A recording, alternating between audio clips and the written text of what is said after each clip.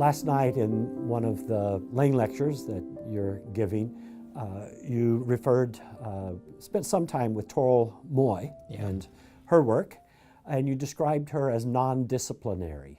Right. Could I describe you that way? Yes. Yeah.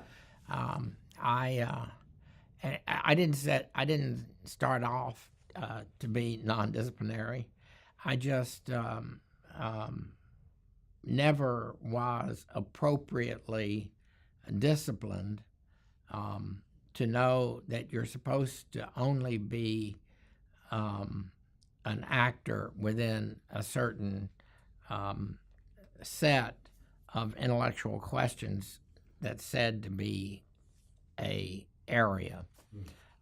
So I couldn't, you're supposed to be a scholar in Christian ethics, but you're not in theology.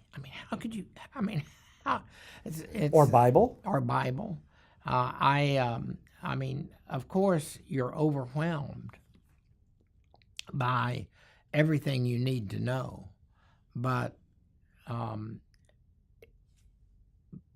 part of what it means to be a theologian is to always be ready to put it out in a manner that somebody can tell you that's not quite right.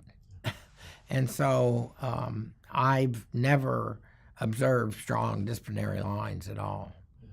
This may not be quite the right virtue to ask about here, but and so I'm open to hearing you propose something else. But how do you find the courage to do that work of Christian ethics when you're not an expert in anything? By being stupid. I don't know that it's courage. Yeah. I just know that I didn't learn early on that I was supposed to have a career in an area because I'm as first generation college student, as someone who came through the 60s, it just never occurred to me that I was supposed to limit my intellectual work to some clearly defined area of which you just had certain kinds of agendas. So I've always read gregariously because I have, I say that my greatest weakness is there's nothing I'm not interested in. My greatest strength is there's nothing I'm not interested in. So I've just stormed ahead. What I think, however, is the case, I hope it's the case, is that so he suddenly spends 2 years reading most of Trollope's novels and writing on Trollope.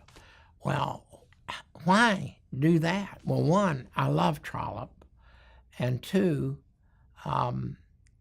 Trollope has an account of character that is so rich that it helps me think through how to present issues of virtues, that I wouldn't get elsewhere. Now, I didn't know that would be the case when I started to read Trollope.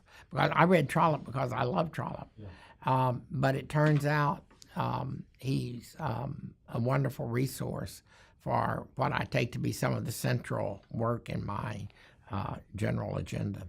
And you can enjoy that reading, and at the same time, it becomes a part of your agenda, part of your work. Right. Yeah. You think about, I know that one of the things that frustrates people about my work is the range is just unbelievable. I mean, I work in philosophical theology in terms of questions of knowledge of God, that I work in systematic theology within questions of Christology and how best to understand the life of Christ, that I work in political theory and criticisms of liberalism and trying to understand better why liberalism is incompatible with democracy, that I work in Christian ethics over a wide variety of questions about where you get moral descriptions from and so on. I mean, the list could go on, but it's all interconnected. Yeah. And I feel like that's the way I have to do it.